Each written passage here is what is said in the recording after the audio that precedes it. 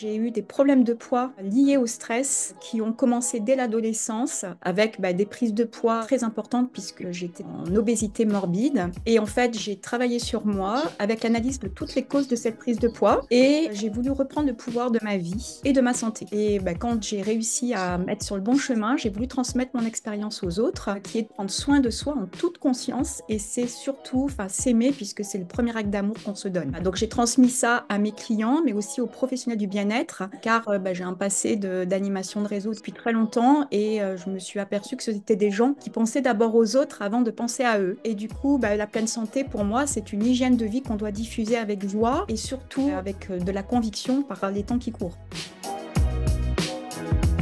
Tout est parti par l'affiliation à une marque de marketing de réseau, à un moment de ma vie où je m'occupais pas beaucoup de moi et qui m'a permis de vendre des programmes en fait de compléments alimentaires et des technologies pour prendre soin de soi et de son corps. Et ça a été la révélation de ma vie et je remercie vraiment cette marque parce qu'elle a tout déclenché et j'ai construit la version 1 de mon accompagnement qui était ce qu'on vous préconise à l'école en fait, un truc très scolaire qui marche en fait. Après, j'ai voulu aller encore plus loin dans ma mission de vie. Alors j'ai créé une marque qui s'appelle La Tête dans et qui se décline en programme, donc la tête dans l'assiette, la tête dans la vie, c'est-à-dire tout ce qui est équilibre de vie pro, la tête dans le job, la tête dans le slip. Je suis allée chercher la vulnérabilité des hommes. Et là, en 2025, par rapport à une expérience personnelle liée au mariage de ma fille, j'ai choisi de m'orienter sur un nouvel type d'accompagnement en plus de ce que je fais, qui est lié à la gestion des grands événements de notre vie, donc mariage, tout ce qui est deuil, tout ce qui est maladie, tout ce qui est retraite, tout ce qui est anniversaire, tout ce qui fait qu'on sent qu'il y a des changements dans notre vie. Et j'ai lancé ma première offre qui s'appelle La Tête dans le mariage, parce que j'ai fait mon étude de marché et j'ai vu que l'univers du mariage était encore assez désert au niveau du coaching, en parallèle de mon accompagnement général.